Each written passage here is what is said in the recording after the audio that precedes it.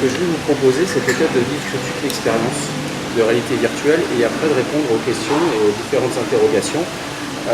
La réalité virtuelle en tant que telle, c'est pas une nouveauté. Ce type de casque existe maintenant depuis plusieurs mois.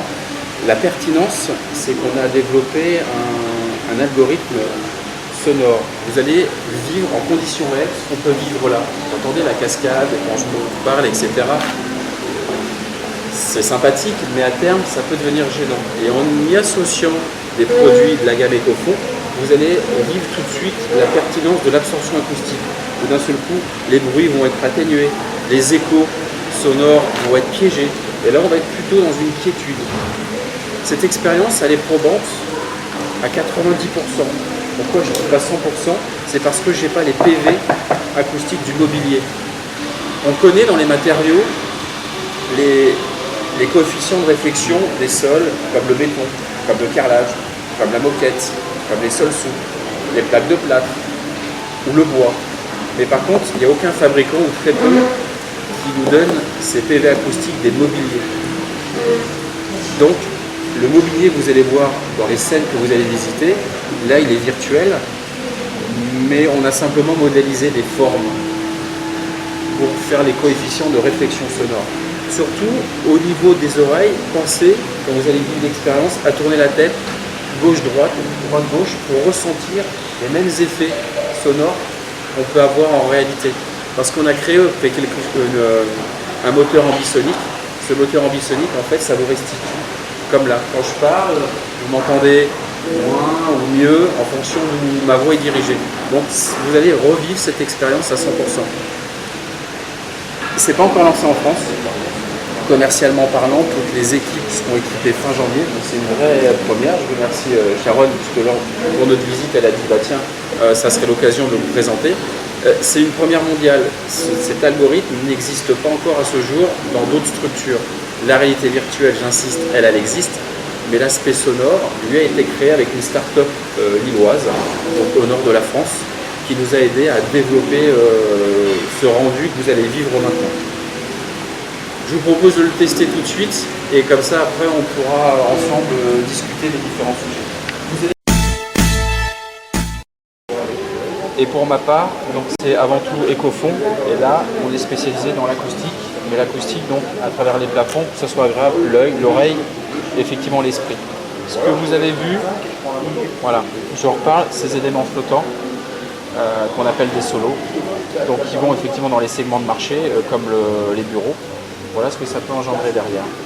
Ce qui est intéressant, c'est que le son, en fait, il est piégé soit sur la face apparente, mais aussi sur la face cachée du plafond, parce que quand le son tape directement sur la dalle béton, il repart dans l'autre sens. Et donc il est piégé. Pardon. Ça, vous voyez, c'est la face apparente du produit. Donc votre voix, ma voix, c'est une énergie. Cette énergie, elle rentre par les petits trous que vous voyez ici. Et elle est piégée après par la fibre qui est à l'intérieur. Mais il y a aussi une énergie qui passe au travers. Et il y a une énergie qui rebondit. Qui va rebondir sur les murs et aller au plafond. Et quand elle est au plafond, après, elle repart dans l'autre sens. Et elle est piégée, toujours parce que, ça c'est pas le bon produit que je vous ai montré, mais parce qu'il y a aussi une peinture au dos. Et cette peinture, elle a une double efficacité, c'est parce qu'elle est antistatique et donc elle limite l'empoussièrement. Parce que normalement, si je mettais juste une finition comme celle-ci, la poussière va se piquer et rapidement on va avoir un amas de boutons de poussière. Vous savez, comme on a sous le lit, sous votre lit, si pendant 3 mois vous ne balayez pas, je pense que vous d'un moment il va y avoir un certain type de bouton de poussière. Et bien là, ça va être pareil. Donc le fait que le produit soit peint sur les 6 faces, on a un gage sanitaire qui est beaucoup plus accru. Et bien sûr, donc une poussière qui va survoler le produit et qui va se déposer plutôt sur les côtés et pas sur le produit. Donc ça, c'est très important aussi de rajouter ça. Et quelle dimension pour quelle dimension? Alors, en dimension, c'est des grandes dimensions en général. Donc là, c'est plutôt des 1m20 par 1m20. Ou sinon, on a 2m40 par 1m20. Mais on a sorti des dimensions un peu plus courtes. En fait, de plus en plus, le particulier, c'est pour ça que vous parliez de Stéphane Plaza tout à l'heure, dans des maisons contemporaines où il y a de la plaque de plâtre, du vitrage, ils retrouvent cette problématique sonore avec les enfants qui crient, qui bougent, etc. Donc ils nous demandent de plus en plus où est-ce qu'on peut trouver le produit et d'adapter des formats un peu plus courts en fait. Donc je pense que c'est un produit qui dans quelques années on pourra retrouver en tant que standard dans certaines maisons. Voilà, donc différents types de réalisation. Donc les accroches assez simples, hein, c'est des filins métalliques comme je l'ai montré tout à l'heure. On peut y insérer aussi des luminaires dedans. Ouais, c'est très simple, avec une scie cloche, vous faites un trou et vous insérez des spots dedans, comme on voit là au niveau du placo. Donc une mise en œuvre très facile. Position des frames. On fait le frame pour poser des carrés de 1 mètre par 1 mètre. Pardon, excusez-moi. On fait le frame pour poser le plaquette là. On fait un frame pour ça. Un cadre. Ouais. Bah là, non, là c'est juste un panneau en laine de verre qui est peint, donc on n'a pas besoin d'un cadre. Donc on fixe avec le plafond. Ah, pour fixer avec le plafond. Eh ben, hop, attendez, je vais aller là tout de suite. Étienne, tu peux aller chercher un. En fait, c'est pas un solo ça. Tu peux en chercher un s'il te plaît? Non, ça va. Je sais pas s'il en reste des solos sur des champions. Il faut simplement des câbles métalliques, d'accord, pour le fixer. Et vous avez une vis. C'est pas un solo. Cette vis-là, elle est très importante parce que c'est une vis thermomoulée qui vient juste sur l'épaisseur, se positionner sur l'épaisseur du produit. Et elle est creuse.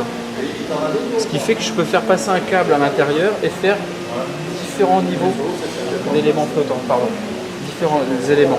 Avant, on avait une vis classique, sauf que l'entreprise de pose, soit elle vissait trop et elle venait perforer le produit, soit elle vissait pas assez et au bout d'un moment, ça s'arrachait.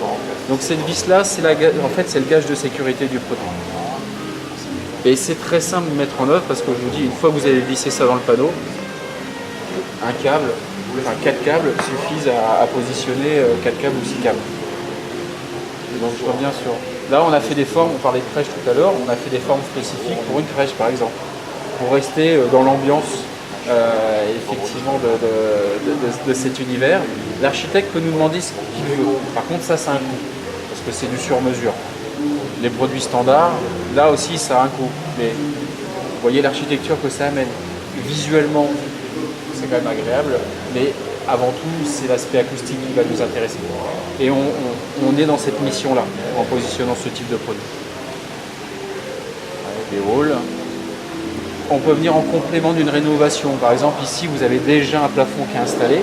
Nous, on va venir mettre effectivement des éléments flottants, donc des carrés, des rectangles, des ronds, qu'on peut descendre à la hauteur souhaitée. On aurait très bien pu imaginer ici, à la place de ces luminaires, descendre des éléments ronds, les mettre à différentes hauteurs et insérer dedans des spots.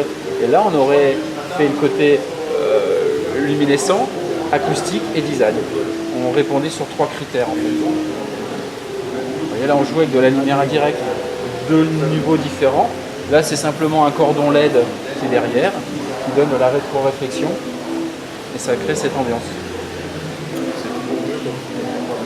Et on joue beaucoup maintenant sur le... On met en avant voilà, vraiment les gaines techniques. C'est-à-dire qu'on ne cherche plus à les masquer. On laisse le plafond, les équipements électriques, ventilation, tout ça apparent, et on vient compléter avec ça. Et ça suffit en fait au niveau d'absorption.